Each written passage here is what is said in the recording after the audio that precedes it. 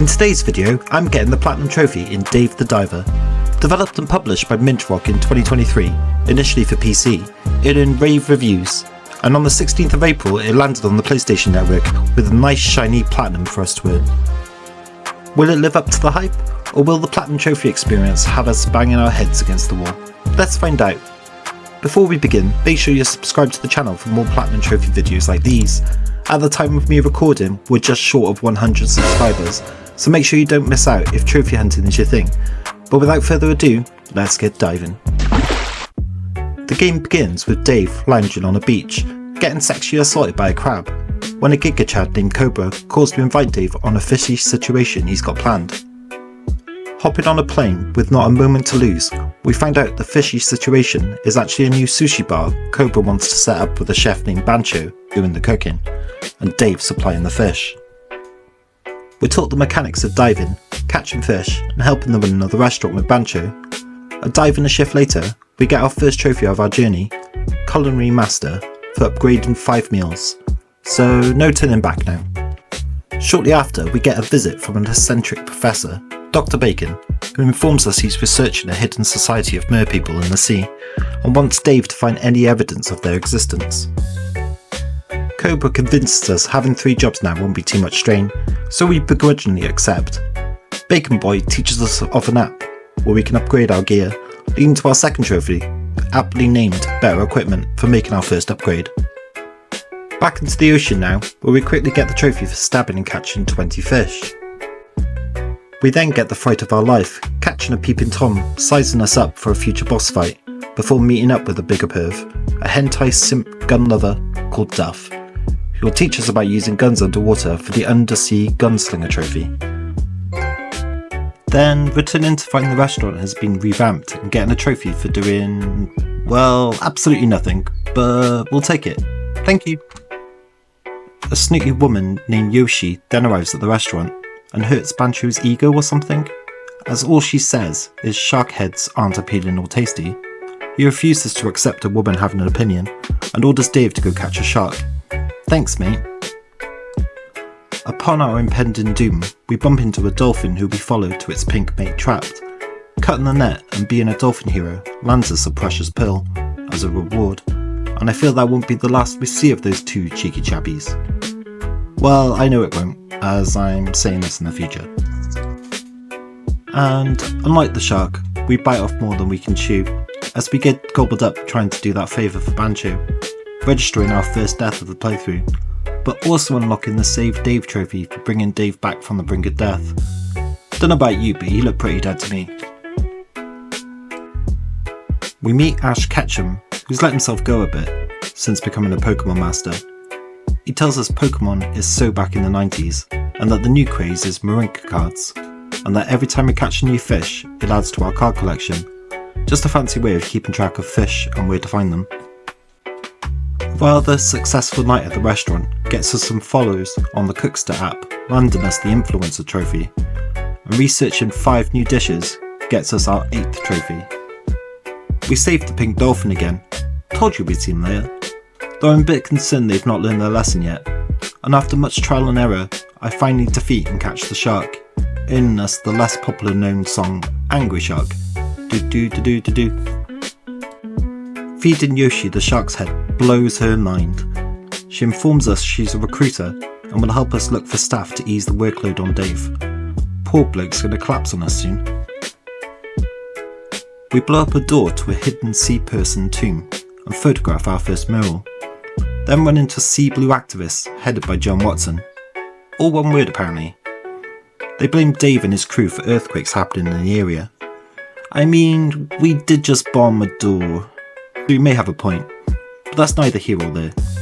Also, how funny is this cutscene with the fish? The game's awesome so far. We bump into our dolphin buddies once again, this time being harassed by a group of pirates, and vanquishing these scurvy dogs lands us a trophy for gaining 2 new friends. Then, shortly after, a trophy for picking up 50 items. Searching a shipwreck for a doll lost by Duff gets us into the Peeping Tom boss fight, our first boss fight of the game, where ironically we have to shoot out its eye to defeat it while also avoiding its groping tentacles. Finding out here taking the sea person captive and upon seeing our impressive prowess, they flee. Then, a second boss fight against John Watson. Being the massive hypocrite he is, he brings a gun to a knife fight, though instead of a gun it's a grenade launcher. That's really good for the environment, John.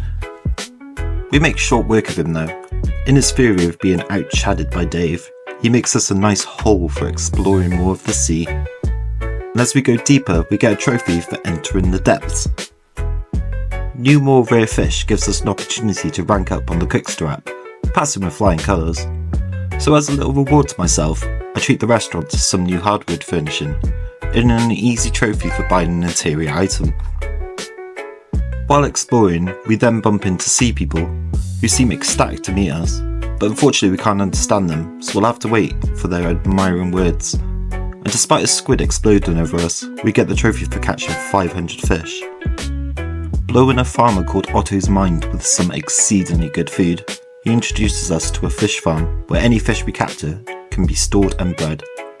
Also taking a picture of our pink dolphin friend for a reporter, we'll need to take 10 pictures of murals and animals for a trophy. We visited the mer people where we can understand them now. They tell us of a village that they need to get back to, so we play piggyback until we hit a dead end, and we'll need stronger gloves. Returning to the block pathway and not getting lost at all, I promise. We can now resume our journey to the village, but not before we take down another boss, a wolf eel, kicking his butt, literally. We can finally enter the secret beautiful village, adding another trophy to our list. The sea people are untrusting of Dave, and humans in general, but if we show that we're a pretty nice guy, they'll allow us into their settlement. Otto then shows us his farm where he can grow some local rice and eventually some vegetables, making this more like a cozy game by the second. And as we stock up on some more ingredients for the bar with our newly acquired sniper rifle, we unlock the trophy, Dave the Sniper. So we do some odd jobs, some seahorse racing, a cheeky card game, and slowly gain the sea people's trust. We're tasked with recovering a key that will take us to the sea depths below the village, carefully avoiding zombie sea people who were cast away hundreds of years ago, unlocking the doorway to the glacier passage, and also unlocking another trophy. During the game we've also been feeding a stray cat called Momo, any cat food we find in the ocean. One night we decide to follow him to find out he's actually a cat daddy. Letting them come stay at the restaurant, making it into a cat bar now, we gain the trophy for finding out Momo's secret. We'll still have to keep feeding this kid for another trophy later though. Unlocking a farm in the village from Gomo grants us another easy trophy, and taking a picture of another mural gets us a trophy for taking 10 photos at photo spots. Exploring the glacial passage, we accidentally run into a giant pirate zombie, meaning we have to leg out of there, but in doing so we inadvertently find another door leading further down. To get past this door, we need technology that only Blue Sea possesses, so we follow a drone to their hideout, chock full of pirates. Tut tut guys. And Dave, finding free food on the floor, is unable to resist, but luckily instead of food poisoning, we contract another trophy. That trophy is potentially missable, as you can't re-enter the base, so if you do play this game, don't forget to gobble up. Stealing the technology and escaping back to the boat, we can now work towards entering the final big area of the game, but first unlocking the blacksmith in the sea village. The reporter then introduces Fishmon, a weekly special fish we'll have to catch for a trophy later, but we get a new suit made for diving the cold of the glacial area, and entering here for the first time gets us the aptly named Achoo trophy. Unlocking the dumpling store in the sea village next, though I'll be honest, I never once used any of her dumplings as they only gave temporary stat boosts. And now with all the new exotic fish we've been catching in the glacial area, our restaurant is eligible for another rank up on Cookstar. Our raptor waiter can't believe it. Completing some puzzles, allowing us entry to the Divine Tree, a tree that the sea people use to survive, has us have our final confrontation with John Watson.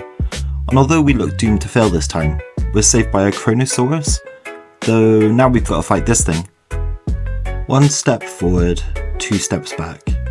We put the beast down though, and after a tactical retreat to chill out at the restaurant, researching our 30th dish gets us the trophy Artisan Flame.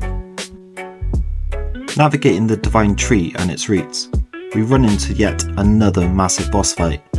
We catch it in the tree roots, and our sea people friends help deliver the final blow. Saving the tree, sea village, and ending the main story of the game. Dave, bless him, rests his weary head and dreams of the end credits. In space. Watching all the credits gives us the final main story trophy, Peaceful Blue Hole. But we're far from over with this platinum journey, and I really hope you're enjoying the video.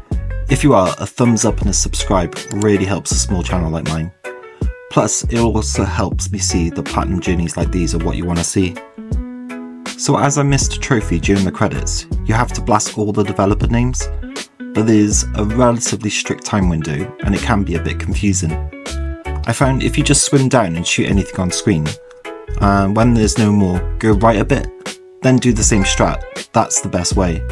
And eventually we earned the trophy Dev Killer for getting all the names. Taking pictures of all the murals next. The last one was one I swore I did earlier, but in the first glacial passage, it's on the left. Returning to the boat will confirm we got them all and pop the trophy. Expanding the rice garden to maximum gets us to another. Feeding the cute cat family 20 times. Enhancing a gun 3 times. This can be any gun, doesn't have to just be one. Completing these cook-offs impressed this lady actor, Lois Crawford, into opening another branch of the restaurant. When you go over, install some staff and ingredients, and you get the trophy, Manager. Expanded into 5 rows of crops at the farm gets us the My Wonderful Field trophy. And searching the glacial passage, we come across an interesting looking rock of ice. Inside the god of thunder's hammer, Mjolnir. Lifting it and showing we are worthy, we take it to a fish's face for God of Lightning trophy. Taking on our final boss, a boxing glove wielding shrimp. No idea where he got those, especially so big. They're like 10 times bigger than us. But we cheat and use a sniper rifle, grabbing us the creature hunter trophy for defeating all the bosses in the game. Selling all the junk we've been picking up on our travels to the blacksmith in the Sea People village, apparently helping him for another trophy. And after tireless searching the glacial passage for the ice gun, the last gun we needed, we find it twice to complete the blueprint for it. And that gets us the weapon collector trophy. Upgrading our water can to a sprinkler system gains us the professional farmer trophy. And after many hours of collecting fish in the glacial passage, we finally get a dish that is tasty enough to rank up our restaurant one more time. Catching 5 fishmon, where you can only catch 1 a week, gets us the strange fish trophy. And raising 5 gyros? They're like Tamagotchi, where you have to feed and play with them every day for about a week, gets us the penultimate trophy. This last trophy was a grind. The phrase, you need to have money to make money, comes to mind. Upgrading equipment, hiring staff, and then leveling staff. But you can't leave staff unleveled, as then you can't earn more money. I found the best way was just to focus on harvesting cucumbers, as one dish sells for nearly 1,000 coins. And after a few hours of grinding and leveling up, I finally had enough to level a staff member to 20, gaining us the final trophy and the platinum. PlayStation says it took me about 41 hours to complete this, and it's probably about right, but many may find it quicker, so maybe 30 to 35 hours. I'd give the difficulty rating about a 3, at a push maybe a 4. If you're underleveled or have bad equipment, some of the boss fights can be a bit of a pain, and the layout of the game can be a bit overwhelming if you have a terrible memory, as the first 2 areas change quite a bit. But overall the game is super fun, and if watching this video appeals to you, I highly recommend it. I just want to say thank you to all the support I've had recently. An influx of subscribers and lovely comments have blown me away, and I really can't thank you all enough. Next video will be another 10 easy platinums to achieve, so if that's your thing, keep an eye out for it in a few days. And if you haven't subscribed but have liked this video, please consider hitting that big red button. It's free and makes a huge difference to me. Have a great week, and I'll see you all again soon.